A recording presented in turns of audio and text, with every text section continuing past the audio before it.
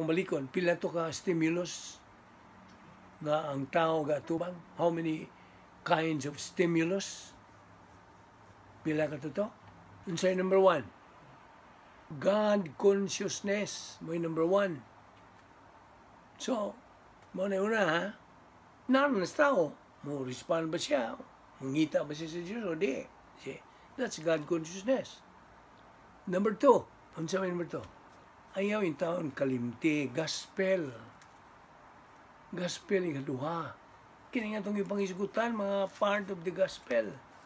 Salvation, tanan, itabo ni Jesus Christ karon siya ang pasyon. It's part of the gospel. Unsa may katulo? Ha?